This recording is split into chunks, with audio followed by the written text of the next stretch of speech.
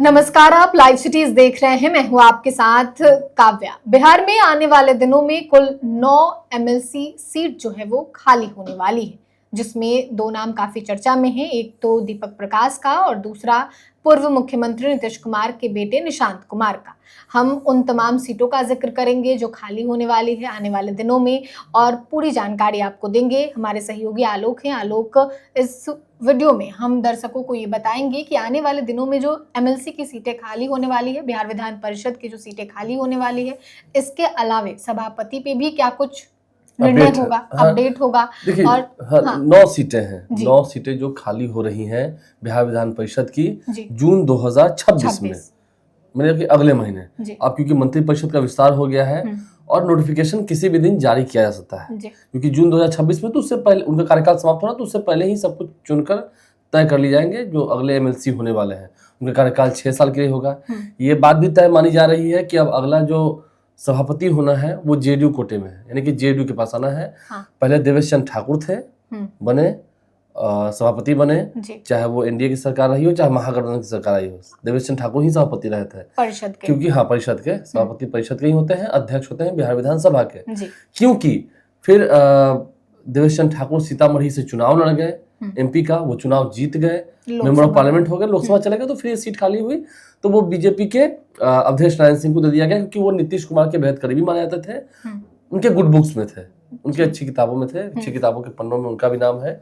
तो देवेश चंद्र ठाकुर हट गए, और फिर क्योंकि वो चले गए लोकसभा, और फिर अवधेश नारायण सिंह को पहले कार्यकारी बनाया गया और फिर सभापति बनाया गया। पहले भी वो रहे हैं, देवेश चंद्र ठाकुर से पहले अवधेश नारायण सिंह रहे हैं, तो उनका अनुभव है, अनुभवी नेता है, और एमएलसी का चुनाव वो जीत कर आते हैं। जिन एमएलसी की भी हम बात कर रहे हैं वो एमएलसी तो चुनकर आएंगे विधायकों द्वारा, वो पार्टी की कृपा पर आएंगे, लेकिन अवधेश नारायण सिंह उन नेताओं में से हैं जो चुनाव जीत कर आते हैं। ठीक है, कई बार दिक्कतें होती हैं, पहली नहीं दूसरी वरीयता और तीसरी वरीयता के वोटों की गिनती भी होती है, तो जीते हैं, ठीक है, लेकिन जीत कर आते हैं। चलिए, आपने बात की एमएलसी की सीटों की, तो बिहार विधान परिषद की 9 सीटें खाली हो रही हैं, जिसमें अब देखिए भगवान सिंह कुशवाहा एमएलए हो गए।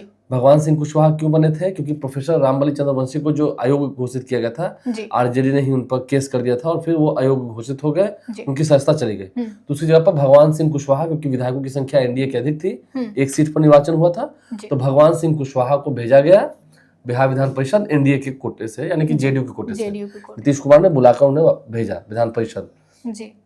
तो भगवान सिंह कुशवाहा एमएलए हो चुके हैं।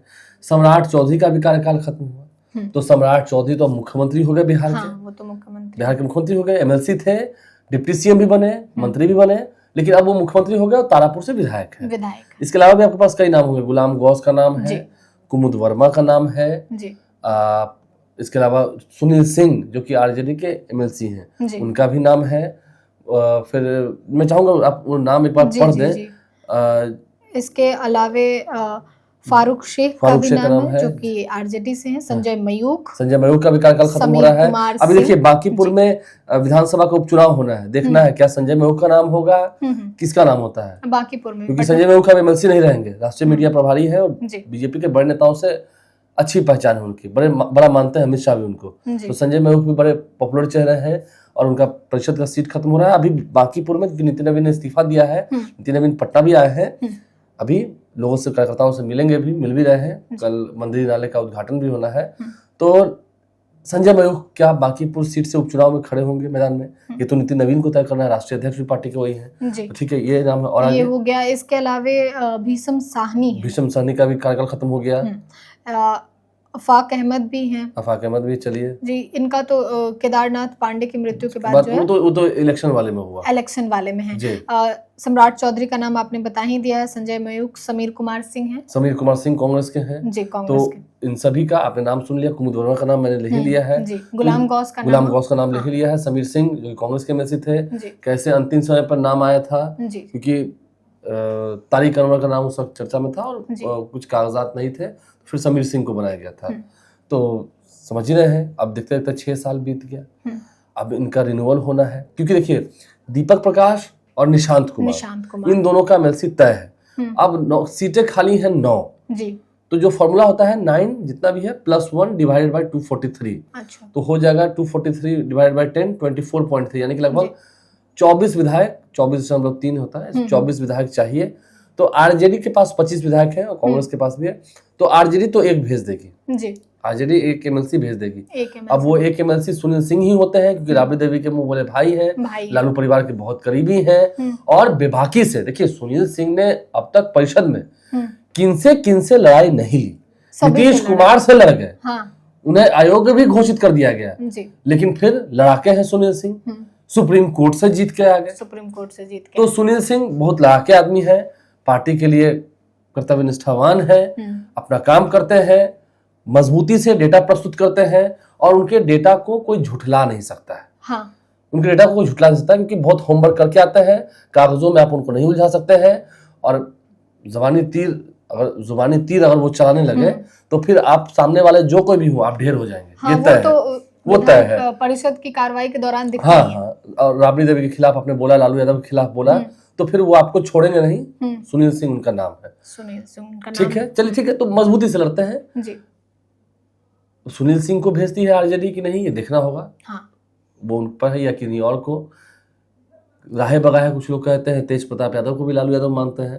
मानना और भेजना दोनों में बड़ा फर्क है। तेज प्रताप यादव तो पार्टी और परिवार से अलग है। लेकिन पिछले 2 जन्मदिन में लालू प्रसाद गए थे। हाँ, वो तो लिफाफा में रुपया भी दिया था आशीर्वाद के रूप में, केक काटा था, ठीक है। तो चलिए, मैंने कहा ये फैसला आरजेडी का है, देखना होगा। अब इसके अलावा एलजेपीआर से भी एमएलसी की सीटें जानी है, क्योंकि राज्यसभा चुनाव में मदद किया, हमेशा साथ रहे। तो एलजेपीआर को भी अब 1 सीट जाएगी, 2 सीट जाएगी, तो देखना होगा। तो 1 सीट उधर हो गई आरजेडी की तरफ से, 2 निशांत और नीतीश हो, दीपक प्रकाश हो गए, निशांत कुमार और दीपक प्रकाश, 3 सीटें हो गई। अब बची 6 सीटें। 6 में से अगर एक भी आप एलजेपीआर होते हैं तो 5 सीटें। तो 5 में से फिर अब बीजेपी जेडीयू को ही देखना है। जी सर, बीजेपी जेडीयू को ही देखना है। तो दीपक प्रकाश को देना हो या एलजेपीआर को देना है, बीजेपी अपने कोटे से देगी। तो अब उन 5 में से 3 तो लेगी जेडीयू। हाँ, 3 तो लेगी जेडीयू, क्योंकि निशांत को भी दिया है जेडीयू ने जी। ऐसे में अब अभी तो 1 सीट और खाली होनी है, जो नीतीश कुमार ने इस्तीफा दिया है, वो सीट 4 साल वाली है, उस पर भी देखना होगा फिर किसे भेजा जाता है। तो ये बातें है, ये बात मान के चलिए कि जितने आयोग और बोर्ड हैं उन सभी का भंग हो जाना तय है। नई सरकार बन चुकी है, सम्राट चौधरी मुख्यमंत्री हो चुके हैं, क्योंकि अब सोचिए 5 सीटें हैं जी। उसमें जेडीयू और बीजेपी के जो कोर कार्यकर्ता है, जो आंख पसारे बैठे हुए हैं, बहुत मेहनत की है, उन्हें पार्टी आगे बढ़ाती भी है। एलजेपीआर के भी मैंने उसमें कहा, एलजेपीआर के भी है, तो फिर उन्हें क्या मिलेगा? तो तमाम जो आयोग और बोर्ड है वो भंग हो जाएंगे, उनका पुनर्गठन होगा। अभी भंग हो जाएंगे, क्योंकि बहुत सारे लोग हैं। 1 अनार 100 बीमार वाली बात है। तो अनार है 1, अब 3-4 सीटें ही जो बचेंगे उसी में जेडीयू बीजेपी को, तो फिर सबको बोर्ड और आयोग में सेट किया जाएगा। अब अभी के जो बोर्ड आयोग में जितने सदस्य हैं वो तैयार रहे, आपका बोर्ड आयोग भंग होना है। अब आगे आप कहाँ रहेंगे, किसी की पैरवी आपकी काम आएगी कि नहीं आएगी, रिन्यूअल आपका होगा कि नहीं, इसमें इम्पोर्टेंट है। क्योंकि फिर जो मेन स्ट्रीम में जो नेता है, जो किनारे की जाएंगे या जिनको पैदल किया जाएगा, उनको फिर बोर्ड आयोग में जगह दी जाएगी। अच्छा। तो अभी वाले जो है उनका तो ठीक है, नीतीश कुमार ने जो गिफ्ट दिया था बहुत आप रह लिए, आयोग मेंबर हो गए, अब आगे आप अपना देखिए। बोर्ड और आयोग भंग किया जाएगा, ये बात भी तय है। और एमएलसी चुनाव का जो डिक्लेरेशन होगा उससे पहले भंग किया जाएगा, ताकि ये दिखाया जा सके कि जो लोग निराश होंगे उनके लिए है कि आपके आयोग में जगह है, अध्यक्ष बनाएंगे, उपाध्यक्ष बनाएंगे, यानी कि जो एमएलसी नहीं बन पाएंगे उनको आयोग एक वैकल्पिक उनकी व्यवस्था की जाएगी, उनके लिए वो सीट पहले से खाली करके रखी जाएगी कि हाँ आपके लिए व्यवस्था है। क्योंकि ऐसे जेडीयू बीजेपी में बहुत सारे लोग हैं जी, बहुत सारे लोग हैं। तो ये बात है, एमएलसी की सीटें खाली हो रही हैं, कई नाम तय हैं जो दिख रहे हैं। अब एलजेपीआर में देखिए, हुलास पांडे का नाम आता है, वेद प्रकाश पांडे का नाम आता है, अशरफ जी का नाम आता है, अशरफ अंसारी का नाम आता है, चिराग पासवान को तय करना है क्या होता है, चिराग पासवान किन्हें भेजते हैं। तो ये पूरी बातें हैं। तो बिहार विधान परिषद की जो सीटें खाली हुई और सभापति किन्हें बनाया जाएगा जेडीयू की ओर से, कई सारे देखिए, रामबचन राय उप सभापति हैं, वरिष्ठ नेता है, और उन्हें जगह भी दी गई।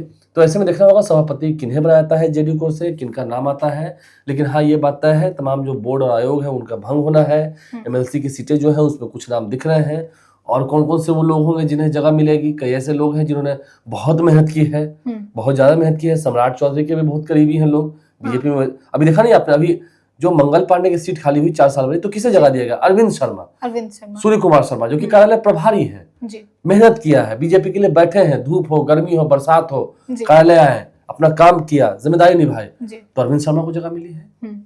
ब्राह्मण की सीट खाली हुई, भूमियार को जगह मिली। अब देखिए मंगल पांडे के बारे में लोग कह रहे हैं कि मंत्री नहीं बनाया गया। मंगल पांडे को संगठन में बहुत बड़ी जिम्मेदारी मिलेगी बीजेपी में। हाँ, जैसे नीतिन ने इनको बड़ा आदमी बना दिया ना नरेंद्र मोदी अमित शाह ने, मंगल पांडे को भी बड़ा आदमी बना दिया जाएगा।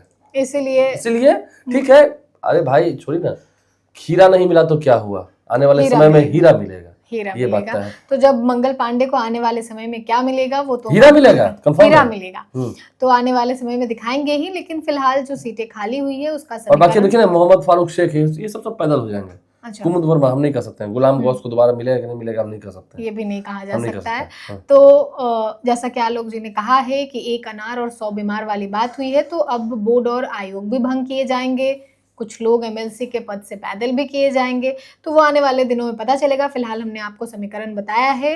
फिलहाल के लिए इतना ही। साथ ही चैनल को सब्सक्राइब करें, फेसबुक पेज को लाइक करें। वीडियो देखने के लिए आपका धन्यवाद।